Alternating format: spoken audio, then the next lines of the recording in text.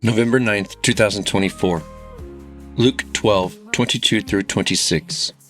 Then Jesus said to his disciples, "Therefore I tell you, do not worry about your life, what you will eat, or about your body, what you will wear.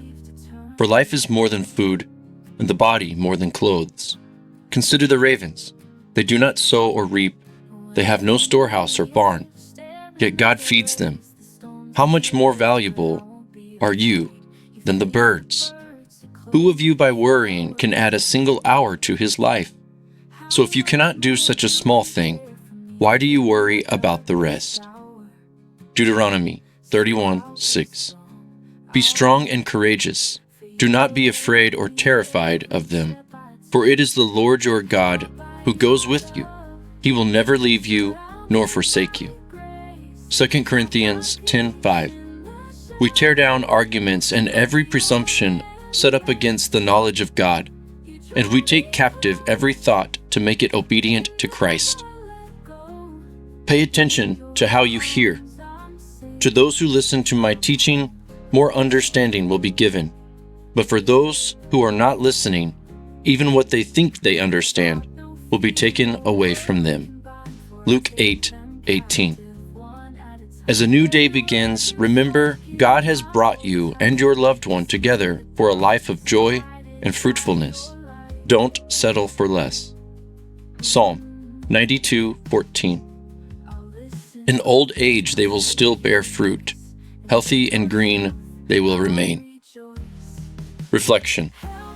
The complexity of complete righteousness is not intended for man to acquire on his own.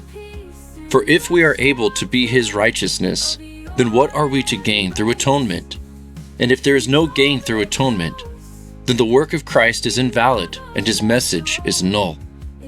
As a man, Christ fulfilled the standard of righteousness only because that very standard is the incarnation of God himself, written on stone and hearts for generations, so that when it was given flesh and bone, we may know that it is he who was promised to take on his own creation and satisfy the end of separation.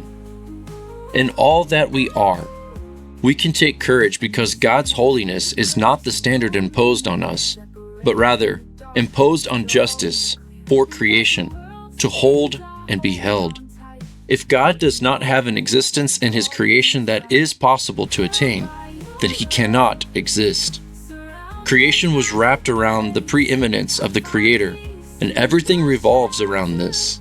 Much like a centrifuge, God is spinning his creation to draw evil from good. As the separation of evil is continually pulled, the separation from his creation is gradually restored. Prayer. May we always be attentive to your teaching, so that our understanding is increased and not removed. You hold us together in your loving devotion. May we remain the fruit of your love, taking thoughts captive and growing together in the fullness of life you have designed. Remind us that your standards make your existence tangible, and let us live complete in your sacred fulfillment of your righteousness over our lives.